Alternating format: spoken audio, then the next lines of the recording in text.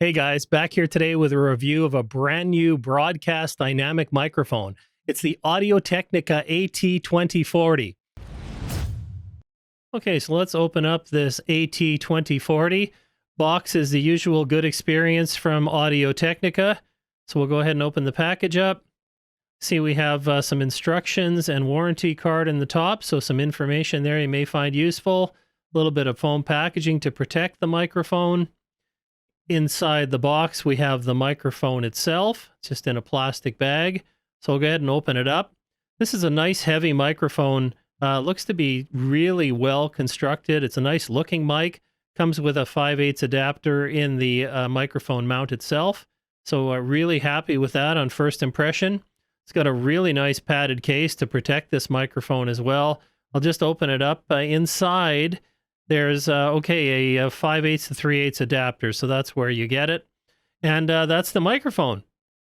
And here we are on the Audio-Technica AT2040. I have this connected directly into my Focusrite 8i6. I have the gain at about 330, and I don't have any processing applied to the microphone. The AT2040 is a broadcast dynamic microphone with a hypercardioid pickup pattern. It has a frequency response of 80 to 16,000 hertz, so almost like a low-pass filter pre-applied to the microphone, although there are no switches that makes this selectable. It has a sensitivity of minus 53 decibels and an impedance of 600 ohms. Weighing in at 615 grams, pretty hefty microphone, and as I said in the unboxing, it's a very, very solid microphone. Mic's just under 6 inches long. They say 52 millimeter diameter. That's important if you ever want to add up a different shock mount to the microphone. We'll get to that a little further on in the tests.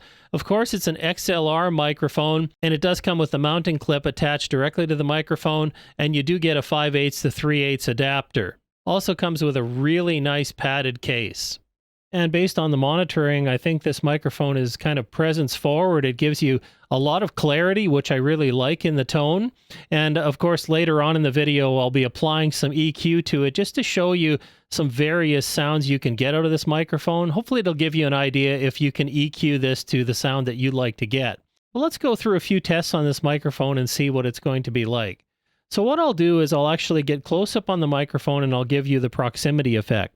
So this is very close to the microphone. I'm pretty much right on top of it. And this is the proximity effect you will get from the microphone.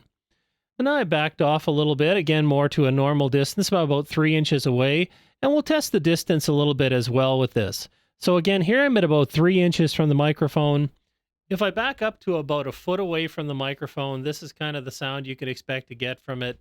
Now I'll go ahead and back up to about 2 feet away from the microphone, and this is what you'll get. And I'm not going to test it at any further distance because this microphone is not intended to be picking up from a long way away. Now let's go ahead and check out the handling noise on this microphone. So I'm just tapping it. We'll see if we get some noise from it or not. I'm going to tap the boom arm. We'll see how much that picks up as well, so we can listen to that. And it does have what they call an internal shock mount on this microphone. And so if you're careful with the boom arm, I think you can get away with using it with the included stand attachment. But you can also add a shock mount to this if you're going to be moving the boom arm around a lot. Now we'll go ahead and we'll test the off-axis rejection. So this is directly into the microphone. Now I'll turn it down to about 90 degrees. So this is from 90 degrees to the microphone. We'll keep turning it through. Now I'm at the back of the microphone. And finally, the other 90 degrees to the microphone. Now we'll keep turning it back, and we'll get it to pointing directly across my mouth. So let's do a quick plosive test on this microphone. People, testing, people, because. And of course, the microphone does have fairly decent rejection, actually, on plosives. If you wanted to put a pop filter in front of it, you could. But again, I think one of the things about this mic is the look as well as the sound. And I think as long as you have decent mic technique and you have it pointed across your mouth as I have it here, I think you can get away without using a pop filter on this microphone. So now we'll do a quick test to see what kind of background noise this mic picks up. And what I've done is I've actually cranked up the AC in the room, and I've also turned the fans up to full on my computer. So I'll be silent and I'll let you hear what kind of background noise it picks up.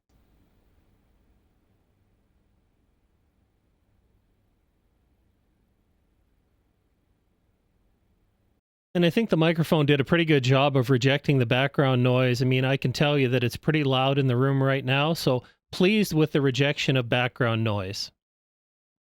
And now we'll do some comparison tests to other microphones. So starting out here on the AT2040, no processing, again, directly into the Focusrite 8i6, gain set at 330.